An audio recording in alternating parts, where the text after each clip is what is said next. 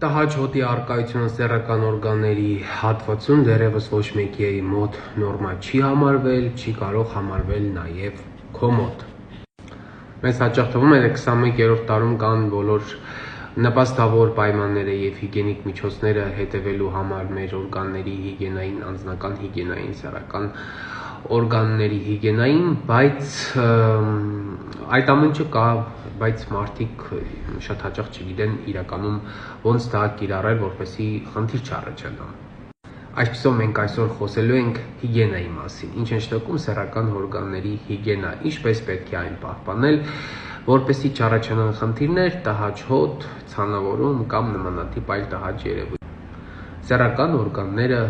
ինչքան էլ որ ձեզ զարմանալի թվա, իրականում առանձնատուկ խնամքի կարիք չունեն, կարիք չկա այն լվացնելու, առանձնահատուկ կարիք չկա լվացնելու օճառով, շամպույնով, ժավելով,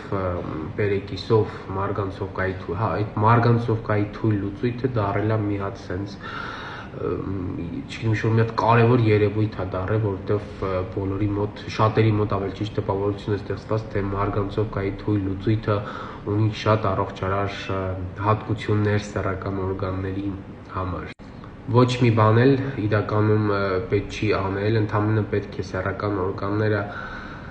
առավոտյան եւ երեկոյան լվացնել գոլ սովորական ջրով, մարգանցովկա ամեն դեպքում պետք չի։ Եթե այնուամենայնիվ դուք հիգիենան պահպանում եք նորմալ ձևով եւ ձեր սեռական օրգանների հատվածում զգում եք տհաճ հոտ կամ ինչ-որ կետիկներ եք նկատել կամ ինչ-որ նմանատիպ երևույթներ, ամենայն հավանականությամբ ինչ-որ խնդիր։ Հաճախ եմ լսել պացիենտներից, որ իրանք ավելի հաճախակ են լվանում, օրը 4-5 անգամ են լվացնում, սակայն այդ տհաճ հոտը իրենց շարունակում է անհանգստացնել, սա արդեն հիգիենայի խնդիր չի, ամենայն հավանականությամբ դուք ունեք առողջական որևէ խնդիր սեռական օրգանների հետ կապված եւ լվացումներն այս պարագայում ցավոք որևէ արդյունավետություն չեն ունենա եւ ամենայն հավանականությամբ ձեզ պետք է գալու որոշակի անալիզներ հասկանալու համար ինչ խնդիր դուք ունեք եւ բուժում ստանաք։ Շատ հաճախ այս ամեն ինչի հիմքում կարող է թաքնված լինել մաշկային, բերանային, աղիքային կամ արտաքին միջավայրից անցած որևէ ինֆեկցիա,